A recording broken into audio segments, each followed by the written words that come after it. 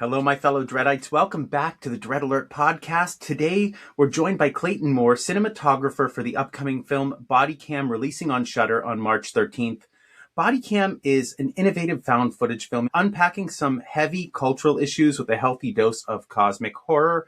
I absolutely loved this film. I'm so excited to talk to Clayton about what it was like creating this world and how he executed his cinematic vision through the use of literal police body cams. And something personal about me, I am a police body cam footage junkie. I'm always watching those when I'm not watching horror movies. So, Clayton, thank you for joining me today. This is fantastic. Thank you for having me. Let's talk Bodycam. Yeah, absolutely. So first and foremost, tell me a bit about Bodycam. I don't expect a lot of people have seen it when we're recording this, of course, but if you haven't seen it when this releases, what's the film about? Yeah, it's about basically two police officers. They respond to what they assume is just a everyday call, and chaos ensues. So that's that's the short of it. But I mean, as you've seen the film, it is literally they go to the call, chaos happens, and it doesn't stop from there. I cannot believe how quickly you all hit the gas pedal with this one. I mean, it's a tight runtime. It's just over an hour and 15 minutes, but I don't think I had time to catch my breath outside of maybe a few shots in this film. There are two specific scenes I can think of, but the rest is straight gun in the action. And it's interesting because I've seen Night of the Reaper as well, and this isn't the first time this team has collaborated. And Night of the Reaper is an incredibly different film from Bodycam. But let's start with, how did this team come together? How did you and Brandon Christensen start working together? How did that relationship develop? We go way back. I live in Las Vegas. Brandon lives in Calgary now, but he used to live in Vegas where we met. And we were both getting started, paying our dues, working on corporate videos, commercials, things like that. And that's how we crossed paths. Kind of randomly, of course. You do jobs, you day play, you meet people, you get into your local film scene, etc. So that's how we met, and we clicked. We're into the same things. We speak the same language with visual storytelling, um, and started shooting projects for him over the years. I've done commercials, short films with him, and then finally we did. Right after COVID, or during COVID, actually, we did our first feature together, and we've done four now, and so far so good. I'll say, I really enjoyed the throwback vibes of Night of the Reaper. I thought your highly choreographed camera work was great. Some of these lockdown wide shots, some of these hyper close ups that really sped up the action in the edit. But I wonder, how different was it working on body cam than some of these other films? I mean, obviously it was very different. Me and Brandon come from kind of an old school approach to things typically. Like you said, we like wide shots. We like to let things breathe. We like dollies. We like tripods. We like motivated camera movements. So, uh, body cam was kind of a breath of fresh air in a way. It was kind of a new approach creatively and technically that we could take. And honestly, it kind of felt liberating, kind of like we were just let to run free and just kind of keep up as best we could because the story is so fast moving. Um, I don't think there'd be time for a dolly shot in this movie. So you have to attach the camera to the actor just to keep up with him. I thought there were some pretty creative ways that you found of taking it off of the actor, maybe setting it on a sync or some dash cam. That was a really good use to maybe anchor us for a moment in the midst of all that action. But I wonder, were there specific challenges to executing this? Specifically, I assume that an actor's wearing it a lot of the time. I mean, yes and no. I it's funny that you notice that. I guess not that funny because everyone does notice that, and you would maybe typically take you out of the movie if you saw that happen. But I mean, these cameras are removable. They take them on and off before their shift, after their shift. So, it's not out of out of the question to remove the cameras. And so we just kind of worked it into the screenplay that, it'd be nice to have a break from just this front view sometimes. So maybe, maybe he sets it on the sink while he's washing up, or maybe he sets it on the desk while they're talking to one of their informants, things like that. But it's still all grounded in reality, which doesn't really take you out of it at all. Not at So all. for, Everything you was know, diegetic. It was great. yeah, and to do that, it was as simple as changing the mount on the camera a little bit, just so that we could have a little tripod for it to set down on a surface. So it was we had to figure it out, but it wasn't too crazy.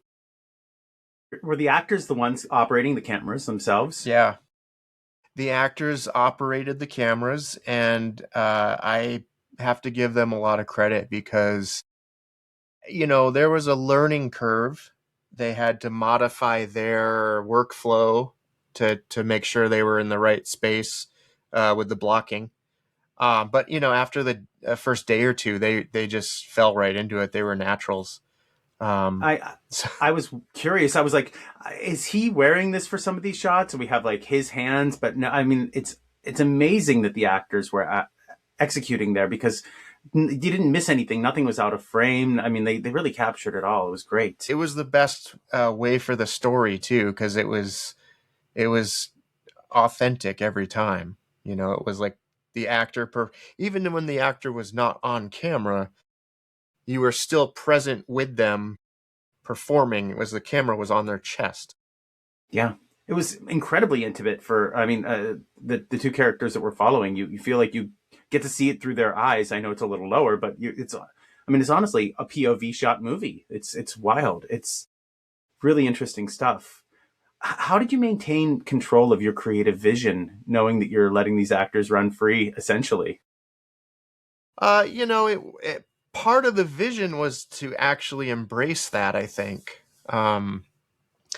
Because if you go into it with such strict guidelines or boundaries, it's gonna again, I'm gonna go back to that realism and the verisimilitude, to use my film school words.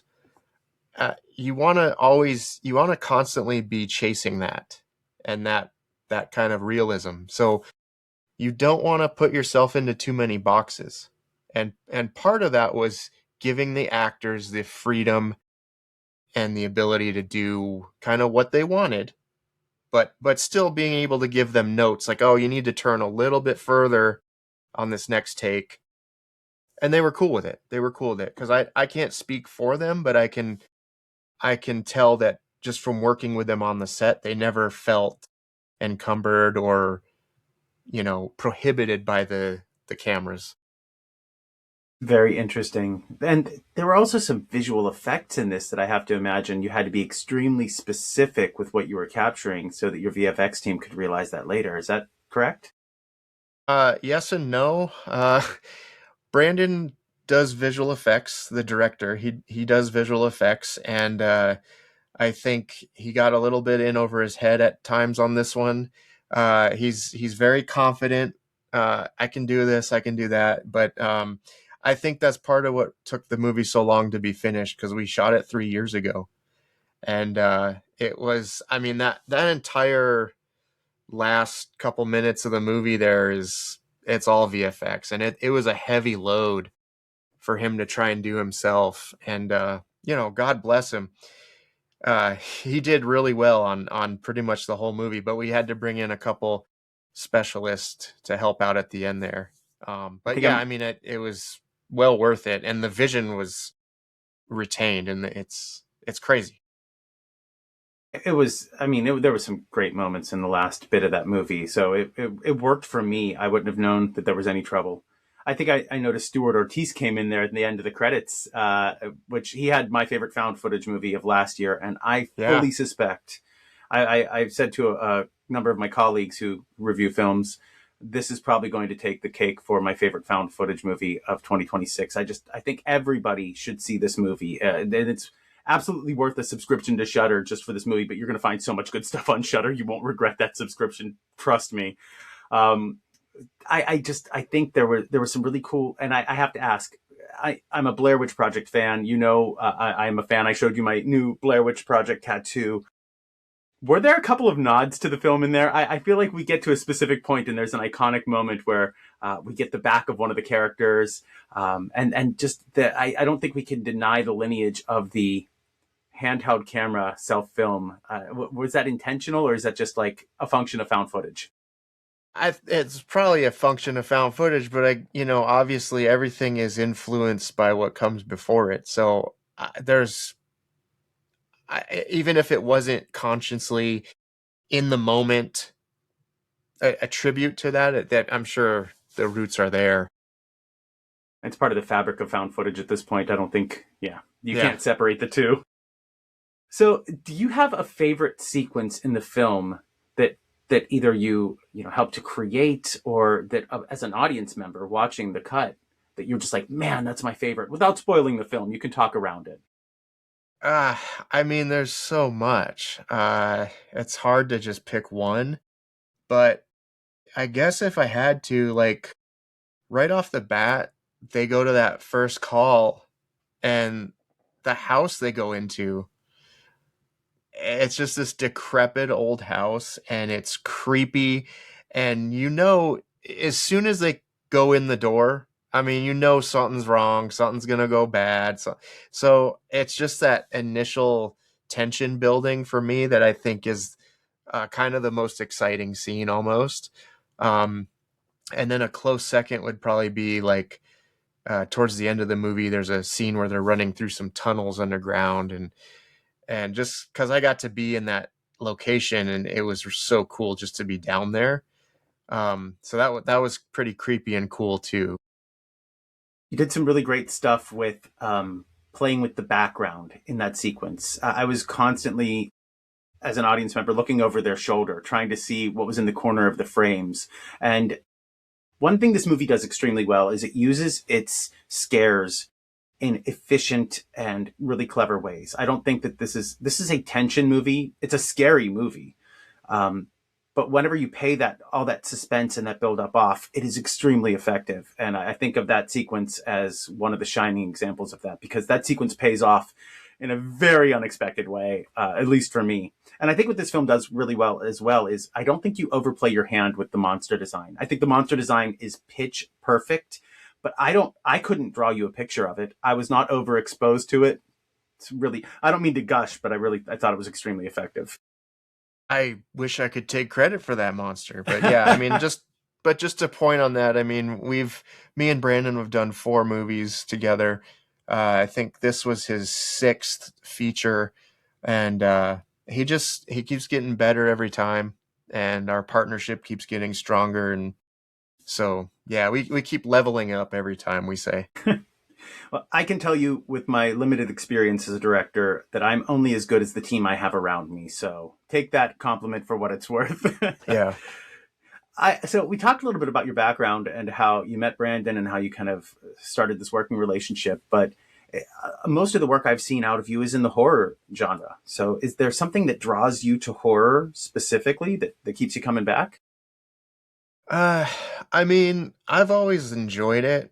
Um, growing up in the 80s, early 90s, I would, you go rent videotapes for the weekend. Or you'd catch a movie on TV. It was always Friday the 13th or, Nightmare on Elm Street, all the classics. I got into all those in my teenage years and stuff. And uh, I I enjoy horror. I would love to explore other genres as well. I mean, I like filmmaking. I'm a storyteller, but horror is just kind of where I'm at right now, and I enjoy it. I don't. Some people might think less of it or something, but I don't. I think it's so fun to shoot, um, because you can make things as grounded in reality as you want, which can often be scarier sometimes, or you can get as fantastical and exaggerated as you want to, and it all kind of can still fit and work within the genre. So I think horror is a great genre to work in. Yeah. I mean, that's where we chose to stake our tent is 100% in horror. I wonder, and for those of you who are this far into this, I hope you know what a cinematographer does. But if you don't, why don't we just give a brief description of what that is? Because I have some follow up questions on it. The cinematographer is basically the right hand to the director. They're in charge of anything visual with the story. They're in charge of the camera placement, lens decision. They're in charge of running the lighting crew and the grip crew. So I often say that there's above the line and below the line. Technically, the cinematographer is below the line, but I often say that the cinematographer is the line because he's interfacing so much with the above the lines and definitely interfacing quite a bit with the below the lines. Um, but yeah, basically just the chief visual storyteller, if so to speak. And so, knowing that now, if you've learned something new today, I hope you have. And if you already knew that, thanks for sticking around. Do you see a giant difference in how a cinematographer would approach a horror film as to maybe a non-horror film? Uh, I mean, the approach to every project just always starts with the story and the script. Um, so I wouldn't necessarily approach it any differently, other than maybe knowing that you're likely going to be doing a lot of shooting at nighttime. You'll probably be dealing with a lot of makeup effects and blood and gore effects, which as a cinematographer, you need to factor that in sometimes. It takes more time. Um, certain things have to be staged specifically for the right camera angles, or if you're trying to do a stunt or something where someone gets their neck head cut off or something, you don't want to show all the tubes Yeah. and blood behind them, so you need to pick your angles in a specific way. But I mean, generally overall, it's not gonna, just because you're shooting a horror movie versus a period piece, it's not gonna really change too much, because hopefully a cinematographer's goal is to always make their work be invisible. And what I mean by that is you don't want to really call attention to your work. You want it to be good, but in ultimately you're trying to support the story and do that visually. I love that answer. Most of my directing experience came on the stage, and so that's one role that we didn't have on our design team is someone picking lenses and Hmm. you know choosing angles. But one role we did have, and that I spend a lot of time with, is lighting, and that also falls under your purview. What was it like lighting body cam, keeping it grounded, so absolutely grounded in reality, shooting a lot at night and making sure these dark spaces stay shadowy? Well, you want it to feel realistic, and then part of that is not only in an artistic way, which would be using the flashlights to drive most of the lighting, but also there are some technical things you need to consider too, like how much light does your camera need to expose properly. Um, and so there's a lot of there's actually a lot of subtle lighting in the film that you probably just won't notice, which is kind of by design, because it's kind of made to look, supposed to look invisible, and it's supposed to look like it's lit from the sources that we choose it to be lit from. Like I said, like most of the time it's just their flashlights, which is really creepy. But yeah, occasionally you'll need to help out a little bit, like get a little fill on their face or something, or you know, get a little extra light in a room or something. So there was tons of that stuff. But yeah, it was mostly overall a very simple approach to things. We didn't want to overcomplicate the lighting, because the worst thing you can do on set is to be waiting. Yeah, absolutely. Especially with a two-hander for the most part. I mean, you're dealing with two actors for I don't know 30% of the script. Yeah. I love some of those scenes that were lit by the sirens as well. It put me into like a sort of a, and this is so not a one-to-one comparison, but a Giallo vibe with some of that really bold, colorful lighting. It was so, I don't know, it took that third act right up to the top for me. Mm, And I did not notice a single additional fill. And I was totally on board with the flashlights being the main source. nice. But something I did notice was that you have a lot of night vision in this. And so, how was that accomplished safely on set with the actors? Well, we used a body cam that had a night vision mode on it, and so we just used that. And if we needed a flashlight or something, we just used like a little dimmer, a less powerful flashlight, so it wouldn't kind of overpower it and blow it out. So you could still see what you were doing, but like the main flashlights we used were pretty bright, just to be able to get the exposure for the GoPros. Um, so yeah, it was funny because we were thinking like, do we have to use a filter or something to achieve this night vision look? And we had purchased a few like real body cams just to do some testing and stuff, and we found we had one that had like a night vision on it, and we just shot with it, and it worked out, and it looks great. In my mind, as an audience member, and I know enough to know that this wasn't the case, probably, but in my mind, they're in complete darkness. It is pitch black Yeah, there, and right. yeah, I mean, it was so effective. I'm like, there's no possible way for actor safety and union regulations. You're shooting completely in the dark, so it's interesting to hear that they're sensitive enough to give you the desired effect, and everybody Mhm. stayed safe. Yep. That's fantastic. So there are a lot of heavy themes in this film. Power dynamics with the police, judging the population you're supposed to be protecting, police accountability, for one, addiction, which is a theme that hits close to home for me. My father, after my parents got divorced, got very addicted to heroin. So and also being sucked back into a life that you thought you had left. And I think Yeah. that's probably the central point of the movie. All of those themes they have merit on their own, but combined, it's a very interesting statement about the world we're living in 3 years ago and the world that we continue to live in today. Is there something that you, and speaking for the production team or speaking for yourself, hope the audience leaves with or leaves thinking about after they watch Bodycam? Man, hmm.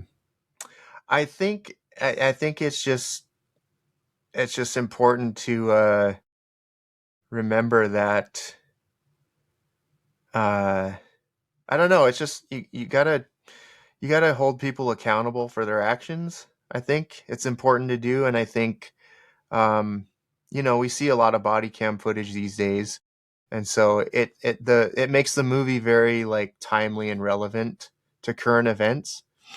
Um but yeah, I think that's just it. Is it kind of shows a darker side of things where, not to spoil anything, but some things go south, and these guys try and end up trying to scrub the footage, and it's there's other plans for them there, so they aren't too successful at that. But yeah, I think overall it's just kind of that. Yeah. I will say this film asked a little bit of me to have empathy for characters I might not have liked. And I think horror does that as a genre particularly well. It's always asking me to step out of myself and relate to somebody who's being chased by a maniac, which I have luckily never had that experience, or cross genders with final girls. And this film made me feel for a man who did some things that I absolutely detest and go on a journey to save his family at some point. It made me feel for a man who pulled himself out of circumstances I didn't have to pull myself out of, but watched my father go into. So empathy was a big part of this for me. But at the same time, it's so relevant to the accountability we need to see now, and made me. I think the scariest part about this movie for me was that I'm sure something like this, maybe with or without monsters, I've not proven monsters exist yet, but um, but something like this could very well have happened yesterday or 2 days ago or 3 days ago or today. And that's the scariest part about it for me, is the lack of accountability and the potential for cover up. So Totally. Very, Yeah. yeah, very relevant movie. And I'm going to plug it again here. You absolutely should check this out.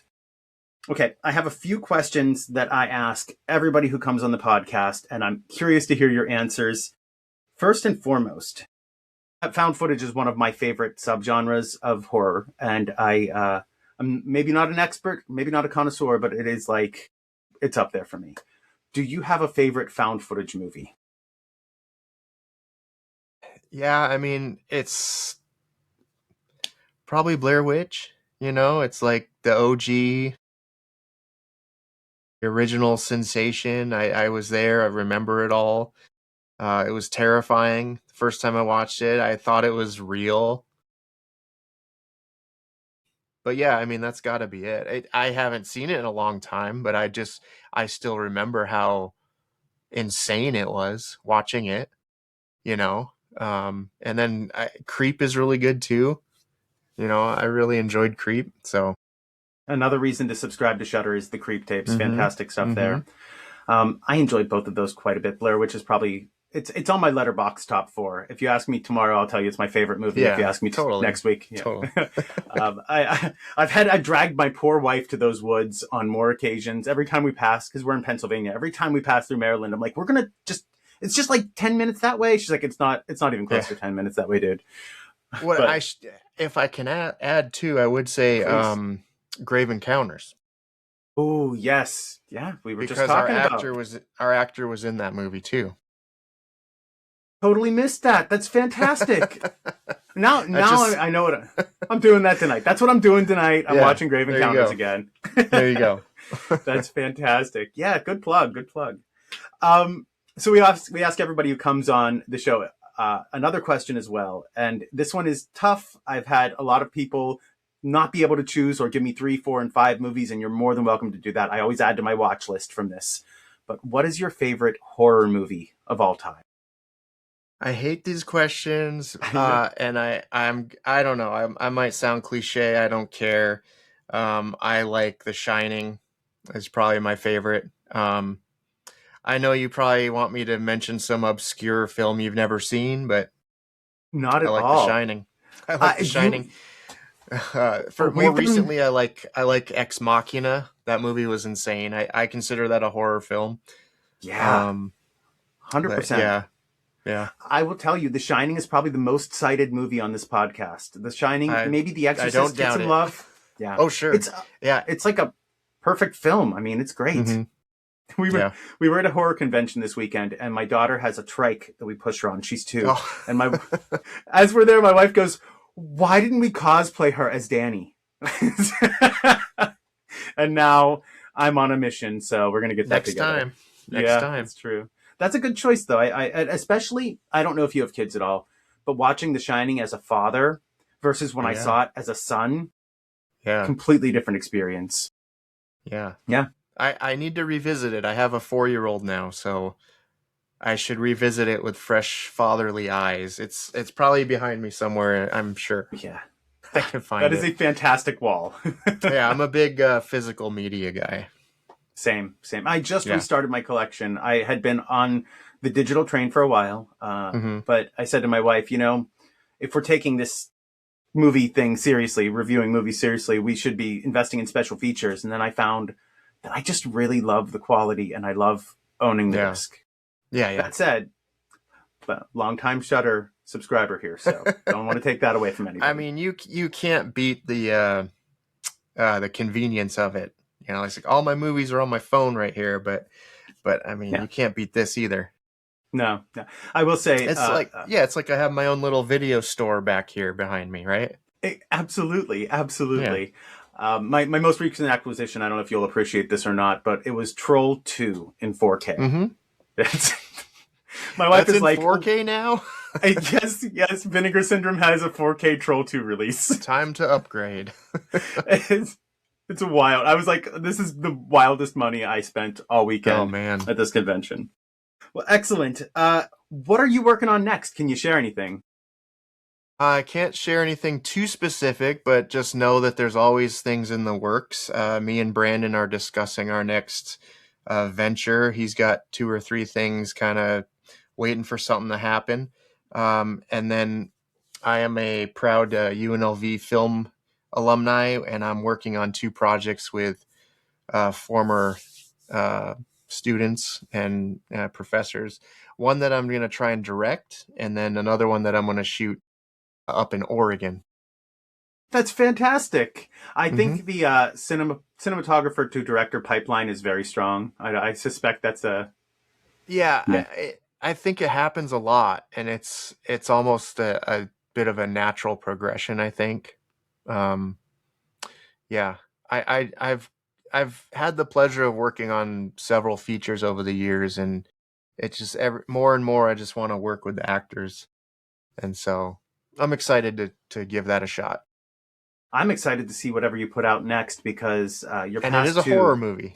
Yes. Of Well, course. keep us on your media list. We'll throw you a review. For sure, for sure. I absolutely love that. And I was such a big fan of Night of the Reaper. I thought it captured the throwback vibes super well. I thought it was just technically so precise. And this film, seeing how it is just the opposite of the precision of that film, but not by any means not precise, and just a completely different use of the genre. I think so highly of both you and Brandon's work. You got a fan in me, so I can't wait to see what Thank you. either of you and both of you get up to next. Thank you. And I Where, think that kind of shows our range, yeah, of things we can do. Yeah. 100%. So if you're listening and you're a financier, throw money at these guys. They should be doing good stuff. I don't know how many financiers are in our audience, but excellent. Well, where, and when can people see Bodycam? Bodycam is on Shudder. It will be released officially on Friday the 13th. That's March 13th. So very soon. Very Yeah, soon. excellent. And And me and Brandon have 4 movies on Shudder. So even more reason to subscribe. We're just racking them up right now at this point. exactly. That's fantastic. Well, where can people stay abreast of what you're working on if they want to maybe keep an eye on what you've got coming up next? Do you have any social media uh handles? yeah, I'm on Instagram. Clayton Moore DP is my handle on there. That's pretty much my primary social media platform, and that's probably the best spot to look me up. Excellent. Well, that'll be in the video or audio description below. So if you want to stay abreast of what's going on, go give Clayton a follow. Clayton, this is a ton of fun. I learned so much having not worked with a cinematographer myself. So this was enlightening. And the film was just, I don't know, so unique that I had a blast digging into the specifics. Thank you so much for joining me today. Thank you for having me. It was very fun. Excellent. As always, stay spooky, my friends. Dread Alert.